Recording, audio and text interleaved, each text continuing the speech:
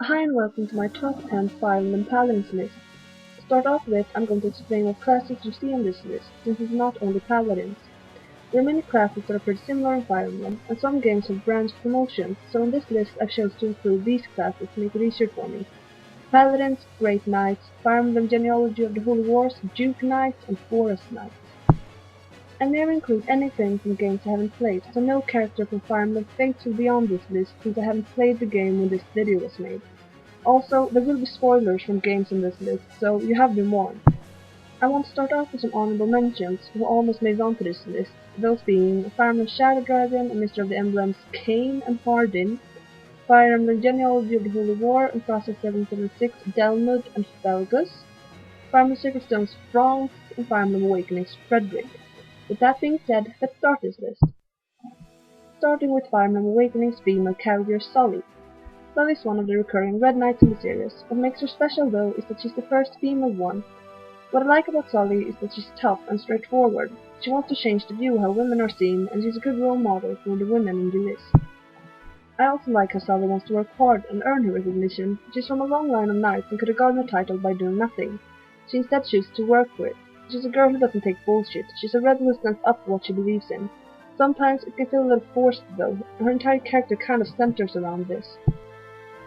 From time to time she can actually appear a bit mean or rude, but she's still a cool girl that opposes the typical stereotype of the naive nice girl that we usually get to see. Gameplay-wise, she's pretty good. The thing is that anyone in Fire Emblem Awakening can become good if you train them enough. For the two cavaliers you get, she's the faster one, but she's not weak, so on a normal playthrough, Sully will do great for you. Here we find the other cavalier from Fire Emblem Awakening. This time it's the green one. I usually prefer the green knight in pretty much every Fire Emblem game, the biggest exception being Fire Emblem Sacred Stones, where I prefer Ford over Kai. So the thing I like about Stahl is that he's an average, friendly guy who wants to help others as much as he can. He kinda reminds me a bit about myself, in that he puts others above himself and always does his best to help others. He's an easygoing person who's very relaxed. There's not really anything I dislike about Stahl personality-wise. He's a bit out of character in the support with Kellum, where he appears a little mean, but that's pretty much it. As a unit, he's pretty good. He's slower than Sully, but he's stronger and has better defense, so I usually prefer him over her, even though he can have trouble with speed and resistance. Moving on to Kuan from Fire Emblem Genealogy of the Holy War. Kuan is the Prince of Youngster, an old friend of Sigurd and also married to Ethlin, Sigurd's sister. Kuan, along with Ethlin and a young knight of Youngster called Finn, arrive in the first chapter of Fire Emblem 4 to lend Sigurd a hand, and to uphold a pact Sigurd, Eldegan, and himself made back when they were at the academy in Valhalla. He's a true friend that will help you when you're in need. He's also a helpful and generous person, as seen when he trains Finn and even gives him the useful Brave Lance. Kuan arrives as a pre-promote in the first chapter. He's not very fast and lacks the pursuit skill, so he has a hard time to double his enemies. His immense strength and defense makes up for this though, since he's a good tank and a good option to help out character in lower levels. He leaves just before chapter 4 starts, so he's available less than many other characters, but just before he leaves, he gets the holy lance Gaybold, which makes him broken for his last time in the army. Like most people in Generation 1 of Fire Emblem Genealogy of the Holy War, Kuan suffers an unfortunate end. He, along with his wife and a big part of Youngster's army, get slaughtered in the Yid Desert when they were trying to reinforce Sigurd's army. Kuan remained a great friend until his end, and I have always appreciated his efforts to help Sigurd out in his time of need. Continuing with another character from Fire Emblem Genealogy of the Holy War. Lex is the only axe user you get in Generation 1, and he's pretty great. He can have trouble with his skill and speed, but his strength and defense makes up for it a lot. He also gets a Brave Axe pretty early in the game that will be very useful for him. What makes Lex really good though is that he has the Paragon skill, so he will level up really fast, and he's probably the unit that will promote first for you. This also makes Lex a great dad for the second generation kids, since he passes on the Paragon skill to them. Just like Kuan, Lex is a great friend. He joins Sigurd's army so little about his friend's Azel, even though Lex's family doesn't get along well with Sigurd's. He's a straightforward guy who knows what he wants. He doesn't hesitate when he has to fight his father. Lex chooses his own path. I didn't use Paladins very much in the GBA games. Zane was someone that I didn't plan on using, but ended up sticking with throughout the entire game, because he was so useful. The only problem Zane will have as a unit is that his skill can be pretty low sometimes. Other than that, I never had any problems with him. He has pretty much always maxed strength and speed for me. Zane is usually the unit that I promote first in Fire Emblem Blazing Sword, so I have always found him very useful. Personality-wise, Zane is best described as a womanizer, a typical character in games that I usually like. He's funny and a bit goofy compared to his friend Kent, who is a very serious character. Other than being a real flirty person, he's a good friend, and he has a strong will, as seen as one who keeps fighting while being really sick. Zane is one of the first characters you encounter in Fire Emblem Blazing Sword, and I always like that he brought some humor into your story. He's a great unit, and will always have the spot as my lance user in his game. The reason Fire Emblem General of the Holy War is dominating this list is because the maps in the game are really big, so units with a lot of movement are your most important units. Ares is the son of Eldigan from the first generation. Like his father, Ares can use the Mistle Tin, which makes him broken and easily one of your best units. The Mistle Tin has the critical skill. It also boosts Ares' skill and resistance a lot, so he will be one of your only options against the strong magic bosses like Arlis. Ares is pretty much a better Cellip that is much easier to train. Since Eldigan was on the opposing side in Generation 1, Ares is pretty hostile to Cellip's army in the beginning. He thinks that Cellip's father Sigurd was the one responsible for his father's death. This makes Ares appear a bit angry when he arrives. He is a logical person though, and he agrees to give Cellip a chance to prove his father's innocence. Ares is a very brave and caring person. He's very protective of the dancer Lean, even going as far as betraying the man who raised him to save her. Being a better version of the main lord of the game, Ares has easily earned a high spot on this list. Being the first character of the Oifei archetype that I encountered in a Fire Emblem game, Titania holds a special place to me because she was the sole reason I could actually get somewhere when I played Fire Emblem for the first time.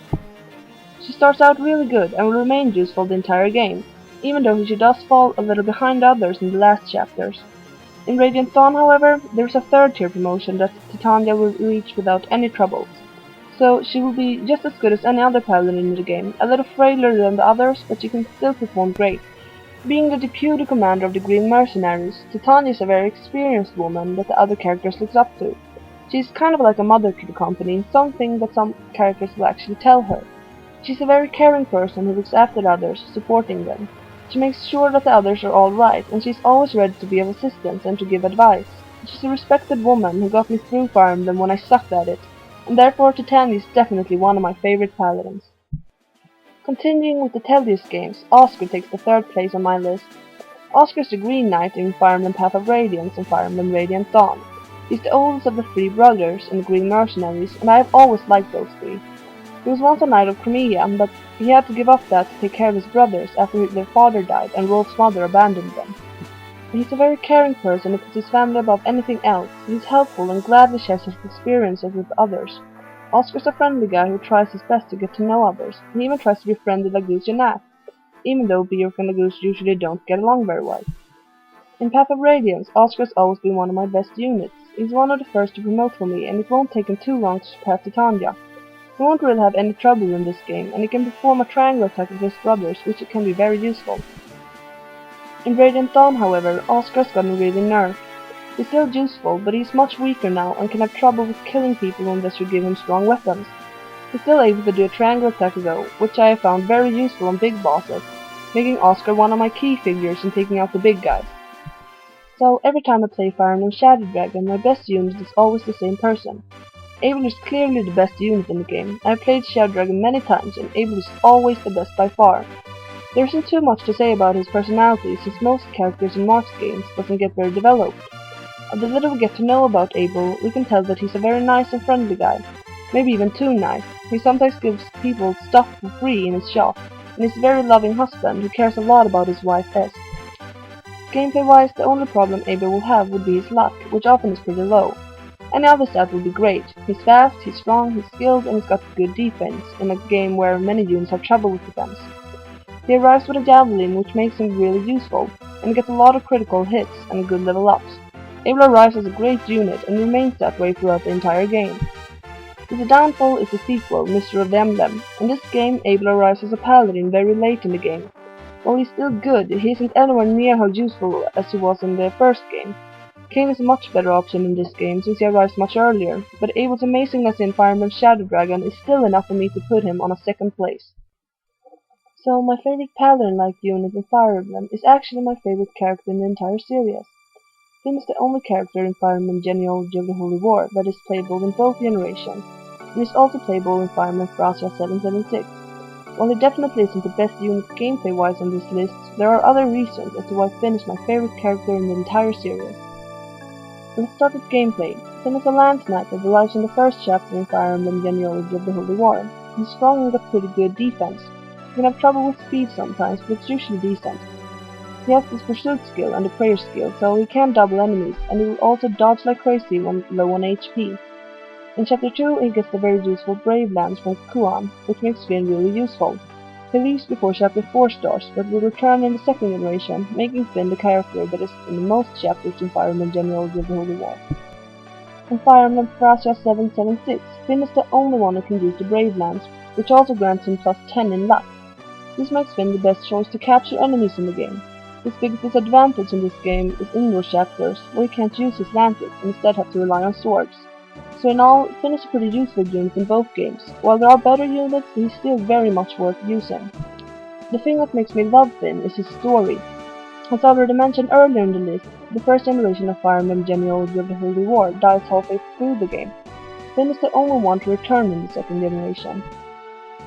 So why didn't he die alongside his prince in the Jeeves Desert? Finn was tasked with guarding the infant Prince Leif back in Leonster and was therefore not with the other knights in the desert, which saved his life. When Leonster got attacked and occupied, Finn was tasked with the difficult mission of fleeing and protecting Prince Leif from both Granvale and Thracia, until the little prince was old enough to return and reclaim his homeland. They stayed in several villages, which they later had to flee from. Finn was often alone looking out for and raising Prince Leif and his own daughter Nana. In the beginning, he had his wife Valkasis with him, but she later left to find her son Delmid and never came back. Finn never cried or showed weakness. He put on a strong face for the kids. Sometimes he even starved himself so that the children could eat. He never ever let them go hungry. He's a selfless person who puts others above himself at all times. When reunited with Princess Altena, Finn blames himself not looking for her, even though he thought she was dead. He blames himself for something he could not have helped. He does everything in his power to help Leif and always puts the prince's needs before his own. Finn is an amazing person and the best knight in the entire series. No other knight went through what he did for their lord. He's a sacrificing and selfless person, but will always be my favorite character in the Fire Emblem series, so the number one spot on this list was always obvious to me. That was my top 10 Paladin units in Fire Emblem. Thank you for watching my video. You probably have a different opinion from mine, so do feel free to leave a comment about it if you want. I love hearing about other people's thoughts, so don't be afraid to share yours. Once again, thanks for watching my video. Feel free to watch some of my other videos if you have nothing better to do.